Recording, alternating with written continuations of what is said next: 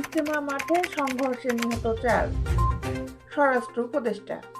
গাজীপুরের টঙ্গীতে বিশ্ব ইজতেমা মাঠের নিয়ন্ত্রণ নিয়ে 2 গ্রুপের সংঘর্ষের ঘটনায় 4 জন নিহত হয়েছে বলে জানিয়েছেন স্বরাষ্ট্র উপদেষ্টা লেফটেন্যান্ট জেনারেল জাহাঙ্গীর আলম। বুধবার দুপুরে সচিবালয়ে সাদ ও জুবায়েরপন্থীদের সঙ্গে বৈঠক করেন এবং সংঘর্ষে 4 জনের মৃত্যুর বিষয়টি সাংবাদিকদের জানান তিনি। স্বরাষ্ট্র উপদেষ্টা বলেন, আমি প্রথমেই গভীর শ্রদ্ধার সঙ্গে স্মরণ করছি আমাদের যে 4 জন ভাই গত রাতে শহীদ হয়েছেন। আল্লাহ যেন তাদের দৃষ্টি নসিব করেন।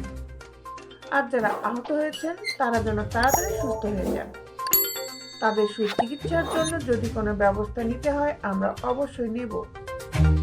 হত্যাকাণ্ডে যারা জড়িত তাদের অবশ্যই আইনের আওতায় আনা হবে। কোনো ছাড় দেওয়ার অবকাশ নেই বলে জানান তিনি। এদিকে এই সংঘর্ষের ঘটনায় 50 জন আহত হয়েছে বলে জানা গেছে। নিহতদের মধ্যে রয়েছেন কিশোরগঞ্জের পাকুন্ডা উপজেলার 11 সুন্দর গ্রামের বাচ্চু মিয়া এবং ঢাকার দক্ষিণখান বেড়াত এলাকার বেলাল। নিহত বাকি 2 জনের পরিচয় এখনো নিশ্চিত হওয়া যায়নি।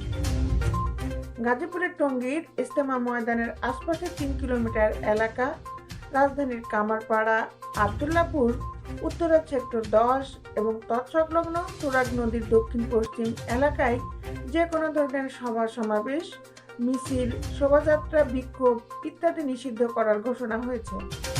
আজ বুধবার দুপুরে আইন শৃঙ্খলা রক্ষাকারী বাহিনীর পক্ষ থেকে ঘোষণা আসার পর ইজতেমা ময়দান ছাড়তে শুরু করেন মুসল্লিরা। তাদের শামিয়ানা কাঁধে নিয়ে বাস, ব্যক্তিগত গাড়ি ও পিকআপে করে কিংবা পায়ে হেঁটে নিজ নিজ গন্তব্যের উদ্দেশ্যে রওনা হতে দেখা গেছে।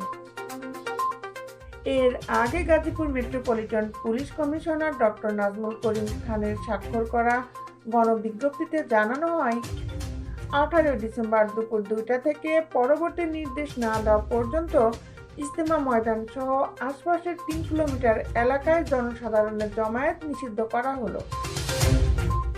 এ সময় 2 বা ততোধিক ব্যক্তি একত্রে ঘোরাফেরা, জমায়েত এবং কোনো মিছিল সমাবেশ করতে পারবে না। গাজীপুর মেট্রোপলিটন পুলিশ আইন 2018 এর 30 ও 31 ধারায় পুলিশ কমিশনারকে প্রদত্ত ক্ষমতা বলে এই আদেশ দেওয়া হলো। দেশ বিদেশের আপডেট নিউজ পেতে আমাদের সাথেই থাকুন। Justice television, Dhaka.